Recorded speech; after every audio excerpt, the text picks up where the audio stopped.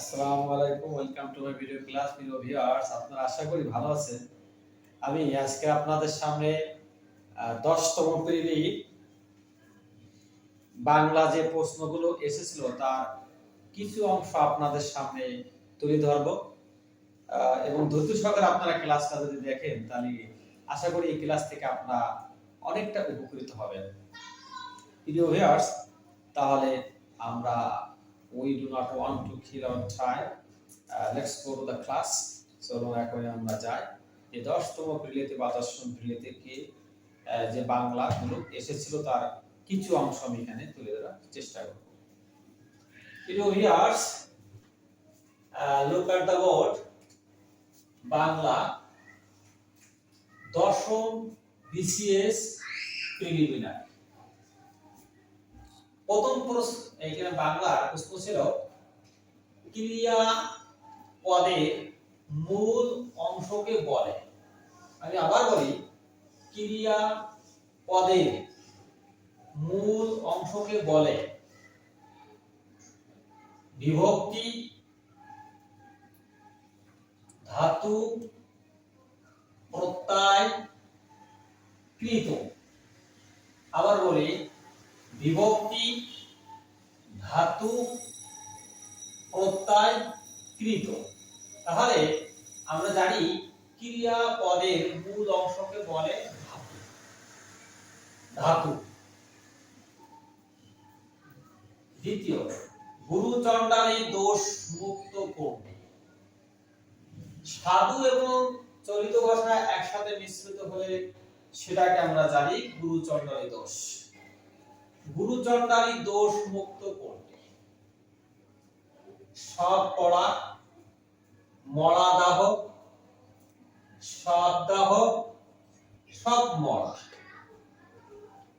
আমি আবার বলি, সব পড়া, মরা দাহ, সব দাহ, সব মরা। তাহলে উত্তরটা হবে সব দাহ, সব দাহ। রত্নাকর শব্দটির সন্ধি বিচ্ছেদ কোনটি? রত্নাকর শব্দটির সন্ধি বিচ্ছেদ কোনটি? রত্ন প্লাস কর, রত্ন প্লাস কর, রত্না প্লাস আকর, রত্না প্লাস আকর।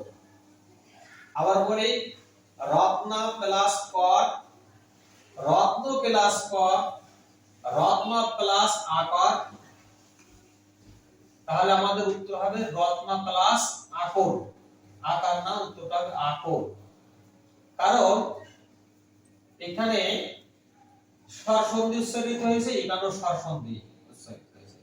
রত্না উচ্চারণে আসছে, আবার এখানে তো স্বরসন্ধি রয়েছে, তাহলে স্বরসন্ধির সাথে যে স্বরসন্ধি হয় সেটা হয় স্বরসন্ধি হয়। তাহলে রত্না প্লাস আকর, রত্না প্লাস, মনে রাখবেন রত্না প্লাস আকার না, উত্তরটা রত্না প্লাস আকর। ভিউয়ার্স, কোনটি শব্দহ শব্দ? কোনটি তদ্ভব শব্দ? কোনটি তদ্ভব শব্দ? চাঁদ, সূর্য, গগন, গগন, গগন বানানে কোনটি তদ্ভব শব্দ? চাঁদ, সূর্য, গগন, নক্ষত্র। আবার বলি, কোনটি তদ্ভব শব্দ? চাঁদ, সূর্য, গগন, নক্ষত্র। তাহলে উত্তরটা হবে চাঁদ। উত্তরটা হবে কি? চাঁদ। কোনটি দ্বিরুক্ত শব্দ দুটি বহুবচনে সংকেত করে? বহুবচন সংকেত করে। কোনটি দ্বিরুক্ত শব্দ দুটি বহুবচন সংকেত করে? কোনটি দ্বিরুক্ত শব্দ দুটি বহুবচন সংকেত করে? পাকা পাকা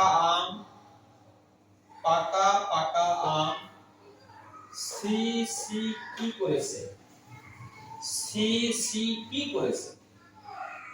নরম নরম হাত, নরম নরম হাত।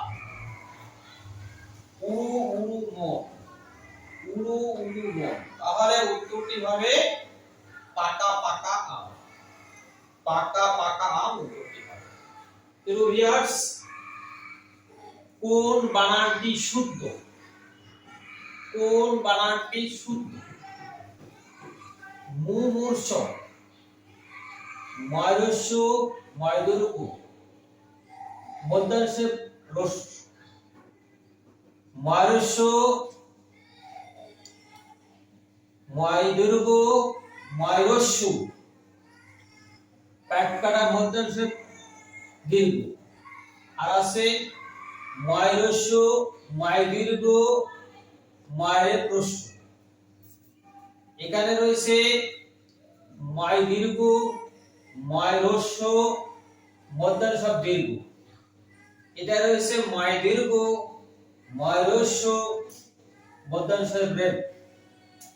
তাহলে আমরা সহজে মনে রাখবো যে বানানটি হবে মুমূর্ষ, অর্থাৎ প্রথমটা হবে ময় হ্রস্ব, মাঝখানেটা হবে ময় দীর্ঘ, পরেরটা হবে ময় হ্রস্ব।